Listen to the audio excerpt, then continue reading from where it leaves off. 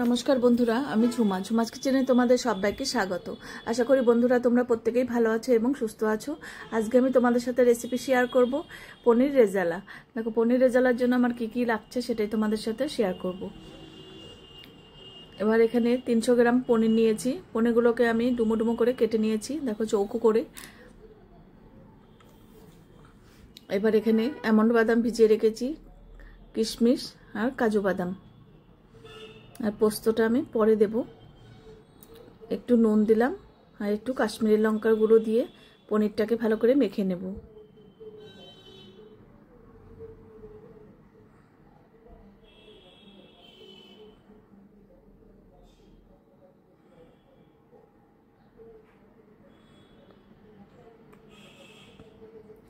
এবার দেখো মেখে নেওয়া হয়ে গেছে। এবার গরম করে নিয়েছি সাদা তেল। সাদা তেলে রান্নাটা করব।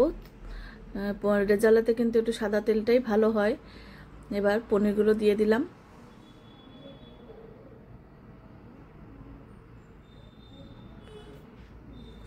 এবার খুব বেশি ভাজবো না, হালকা করে ভেজে নিয়েছি। এবার নামিয়ে নেব। এবার দেখো, জলটা আমি আগে থেকে গরম করে নিয়েছিলাম। গরম জলে পনির ভাজার পরে দিয়ে দেবে, তাহলে দেখবে পনিরগুলো খুব সফট নরম একদম হয়ে থাকবে।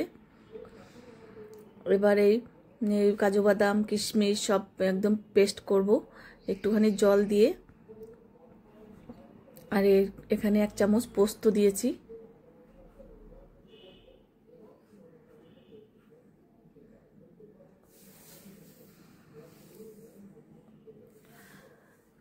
এবার ওই তেলের মধ্যে কিছু গরম মশলা ফোড়ন দিলাম, গোটা গরম মশলা, দেখো এলাচ দারচিনি লবঙ্গ, আর দিলাম 2টো তেজপাতা আর 2টো শুকনো লঙ্কা। এবার ফোড়ন থেকে সুন্দর একটা স্মেল বেরোবে। তারপর 1 চামচ ঘি দিয়ে দিলাম।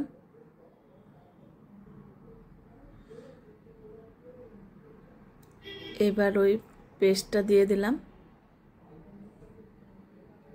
এবার জারটা ধুয়ে একটু জল দিয়ে দিলাম। এবার একটু কষিয়ে নিতে হবে। স্বাদ অনুযায়ী নুন দিলাম। আদা পেস্ট 1/2 চামচ। একদম নিরামিষ কিন্তু করছি, কোনো রকম রসুন টসুন দেইনি। তোমরা কিন্তু নিরামিষের দিনে এই পনির রেজালাটা করে নিতে পারো, ভীষণ সুস্বাদু হয় খেতে। আর ঝালের জন্য লঙ্কা দিলাম, কাঁচা লঙ্কায় আমি রান্নাটা করব, কাঁচা লঙ্কা ফেলে। কোনো রকম আমি দেবো না, তোমার শুকনো লঙ্কার গুঁড়ো কিন্তু দেবো না। আর হলুদও পড়বে না, রেজালাতে কিন্তু কোনো হলুদ পড়বে না। এবার দেখো, ওই ভেজে রাখা যে পনিরের জল, ওই জল সমেতই দিয়ে দিতে হবে। এই দিয়ে দিলাম। একদম সিম্পলভাবে খুব তাড়াতাড়িও হয়ে যায় পনির রেজালাটা। আর যারা আমিষ খেতে চাও তারা পেঁয়াজ বাটা রসুন বাটা দিয়ে করতে পারো। এবার একটু গরম মশলার গুঁড়ো দিয়ে দিলাম।